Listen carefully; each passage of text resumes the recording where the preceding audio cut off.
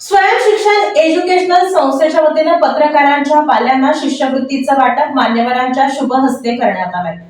पत्रकारिता हा लोकशाहीचा चौथा स्तंभ आहे। पत्रकारांचं विकासात मोठं योगदान आहे। समाजाचे प्रश्न मांडत असताना पत्रकारांचं त्यांच्या कुटुंबियांकडे दुर्लक्ष होतं।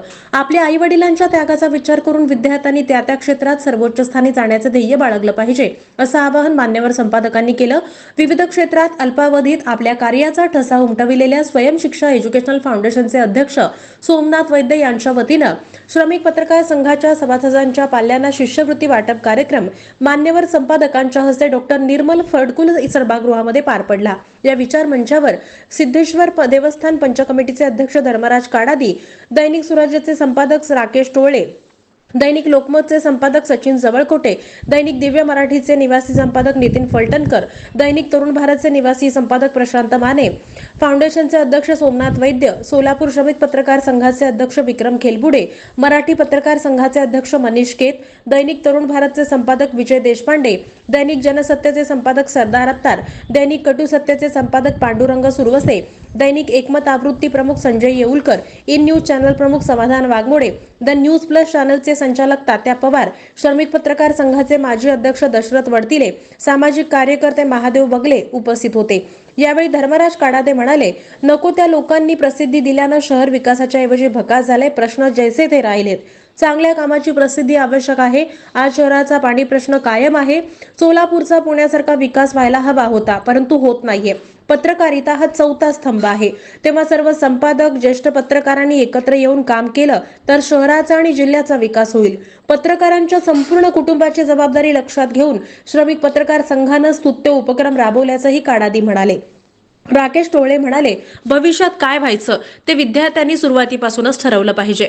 भविष्यात प्रत्येक जण डॉक्टर, इंजिनियर होण्याचं स्वप्न पाहतोय, मात्र देशाच्या सीमेचं संरक्षण करणारे जवान आणि सर्वांना धान्य पिकवणारा शेतकरीही तितकाच महत्त्वाचा आहे। आर्टिफिशियल इंटेलिजन्सला कमांड देण्याचं काम या नव्या पिढीला करावं लागणार आहे। विद्यार्थ्यांनी आई वडिलांचा त्याग लक्षात ठेवून ध्येयप्राप्ती केली पाहिजे। पत्रकारांच्या लेखणीच्या परिस्पर्शातून सर्वजण मोठे होतात, असं फलटणकर म्हणाले। पत्रकारांच्या लेखणीच्या परिस्पर्शातून सर्वजण मोठे होतात, तो पत्रकार मागे राहतोय। कुटुंबाची कधी वाताहत होते। आताची पिढी घडली तरच पुढची पिढी पुढे जाणार आहे। समाजाचे प्रश्न, समस्या पत्रकार मांडतो। समाजाचं देणं आणि बांधिलकी म्हणून विचार करतो, मात्र कुटुंबियांकडे दुर्लक्ष होतं। पत्रकारांना आधार दिला तर हत्तीचं बळ मिळतं। शिष्यवृत्ती वाटपाच्या कार्यक्रमातून निश्चितच तो आधार मिळणार असल्याचं नितीन फलटणकर म्हणाले। सचिन जवळकोटे म्हणाले, पत्रकारांना समाजाची चिंता आहे, मात्र दुसरीकडे तो घराकडे दुर्लक्ष करतोय। तो जगाची काळजी करतो, मात्र कुटुंबाची करू शकत नाही। पत्रकाराच्या लेखणीतूनच जग टिकतं। कुटुंबियांनी पत्रकारांच्या आरोग्याकडे लक्ष दिलं पाहिजे। पत्रकार हा समाज विकासासाठी धडपड करत असतो। आपल्या लेखणीतून तो अन्यायावर प्रहार करतो। प्रास्ताविकामध्ये श्रमिक पत्रकार संघाचे अध्यक्ष खेलबुडे यांनी संघाच्या कार्याचा आढावा मांडला। प्रारंभी सरस्वतीच्या प्रतिमेचं पूजन मान्यवरांच्या शुभ हस्ते करण्यात आलं। यानंतर शिष्यवृत्तीचं वाटप करण्यात आलं। सूत्रसंचालन दत्ता मोकाशी यांनी केलं, तर आभार विजयकुमार राजापुरे यांनी मानले। यावेळी विविध माध्यमांचे पत्रकार आणि पाल्य उपस्थित होते। शिष्यवृत्तीचे आज या ठिकाणी वितरण होत आहे।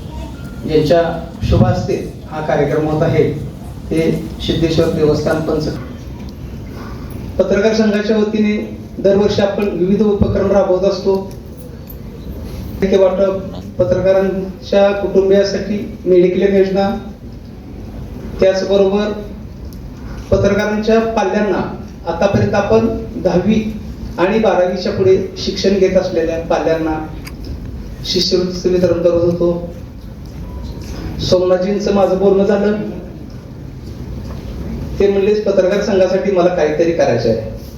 मग मी त्यांना म्हटलं की आम्ही दरवर्षी पत्रकारांच्या 30-40 पाल्यांना 10वीच्या पुढे आणि 12वीच्या पुढे शिक्षण घेणार आहे। गेल्या 5 वर्षापासून टीव्ही जर्नलिस्ट असोसिएशन मुंबईला ही संस्था सामाजिक कार्यासाठी मदत करते। मंत्रालयातले सगळे टीव्ही मीडियाच्या पत्रकारांना सामाजिक मदत केली होती। सामाजिक कार्याची माझं मागच्या आठवड्यात बोलणं झालेलं होतं, किंवा मी धुळे सोलापूर भागात साधारणपणे महिलांसाठी 7,000 छत्री वाटप आणि गुरुपौर्णिमेनिमित्त 51,000 लाडू वाटपाचा कार्यक्रम करणार आहे। तर मला पत्रकारासाठी काहीतरी करायचं आहे आणि या कार्यक्रमाची सुरुवात मला पत्रकारांच्या पाल्यांना मदत करून करायची आहे हे मी सांगितलं मामाला आणि मामांनी लगेच त्याला होकार दिला आणि कार्यक्रमाचं नियोजन केलं. ऍक्च्युली पत्रकारांना मदत करायची म्हणजे आज सगळ्या क्षेत्रातील लोक पुढे जात आहेत आणि त्या संधी मिळाली की लाखो करोडो रुपये कमवत आहेत, पण पत्रकार कम्युनिस्ट पद्धतीने अत्यंत छानपणे काम करून पत्रकार असतो तो बोलतो कमी आणि जो बोलतो त्याच्यामुळे मी फारसा वेळ काही घेणार नाही. फक्त एक खूप हा पत्रकार संघाचा चांगला आणि स्तुत्य उपक्रम आहे आणि आता जसं सरांनी सांगितलं की सर्व क्षेत्रामध्ये एखाद्याला परिसर स्पर्श करून त्याला मोठं करण्याचं काम पत्रकार करतो. पण खऱ्या अर्थानं आतापर्यंत जर सगळ्यांनी पाहिलं असेल तर सर्वात जास्त वाताहत होते ती पत्रकार कुटुंबाची. कार्यालयामध्ये काम करताना किंवा फील्डवर काम करताना त्याला लक्षातच राहत नाही की आपण एक कुटुंब घेऊन सोबत चाललेलो. कसं असतं, एखादा राजकारणी असेल, एखादा नेता असेल तर किमान त्याचं कुटुंब कोणीतरी सांभाळणार आणि पाहणार असतं. पत्रकाराचं फार कठीण असतं. एकदा बाहेर सकाळी पडला की बातमी किती मिळत जाईल, कशी मिळत जाईल, आणि तो मुळात म्हणतात ना की एक पत्रकारितेचा किडा प्रत्येकाच्या अंगात, ज्याच्या अंगात आहे तो संध्याकाळपर्यंत. माझं तर असं स्पष्ट म्हणणं की जो वेळेत जेवतो तो कदाचित पत्रकारच नसतो. की जेव्हा ज्याला आता माझी नाश्त्याची वेळ झालेली आहे, आता माझी जेवणाची वेळ झालेली आहे, किंवा आता मला पत्रकारांपेक्षाही पत्रकारांच्या घरातले खूप समर्थ दिसत आहेत. यात माझ्या पत्रकाराची भगिनी आहे, माता आहे, मुलगी आहे, मुलगा आहे, भाऊ आहे. आज पहिल्यांदा सर्व पत्रकार समोर पत्रकाराच्या आयुष्यातली त्याची जी जिंदगानी आहे, त्याची जी कथा आहे, त्याची चर्चा या व्यासपीठावर होणार आहे. माझ्या पत्रकाराला माझ्या उजनीतल्या पाण्याचा साठा किती दिवस पुरणार आहे त्याला खडाखडा माहीत असतं, मात्र माझ्या घरातल्या स्वयंपाकघरामध्ये चहा आणि साखर किती शिल्लक आहे त्याला माहीत नसतं. कारण त्याला समाजाची चिंता असते, त्याला स्वतःच्या घराची काळजी नसते. तो माझा पत्रकार झपाटलेला आहे, भारावलेला आहे. माझ्या गावचा, माझ्या जिल्ह्याचा, माझ्या राज्याची त्याला काळजी आहे, चिंता आहे. कसं चांगलं होईल या जगाचं हाच त्याच्या डोक्यात सतत विचार असतो. त्यामुळे स्वतःच्या घराची, स्वतःची सुद्धा कधी काळजी करत नाही. सोलापूरचं तापमान कसं उसळलंय, किती वाढलंय याचा डाटा त्याला पूर्ण पाठ. आधीचे दोघं वक्ते पत्रकारांच्या बाबतीत बोलले, त्यामुळे तो विषय सोडून मी पत्रकारांच्या पाल्याविषयी बोलतोय. सर्वप्रथम मी सोमेशजींचं अभिनंदन करतो आणि आभारी व्यक्त करतो की त्यांनी पत्रकारांच्या पाल्यांचा विचार केला.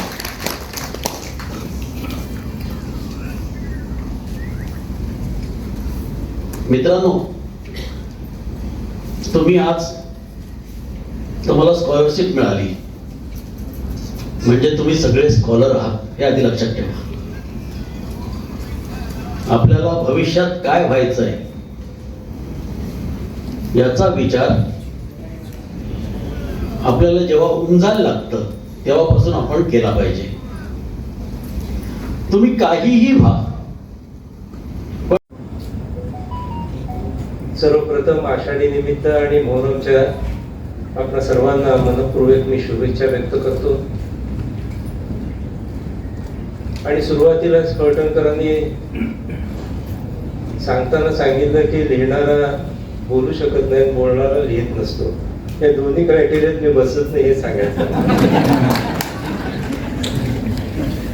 त्यामुळे ती जबाबदारी दोन्ही पण माझ्याकडे नाही आहे.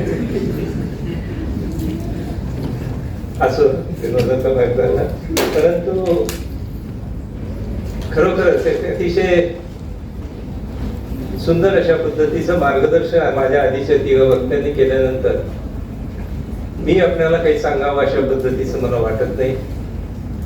हा सोहळा पाहताना किंवा या ठिकाणी येऊन या ठिकाणी आपल्याशी हितगुज करताना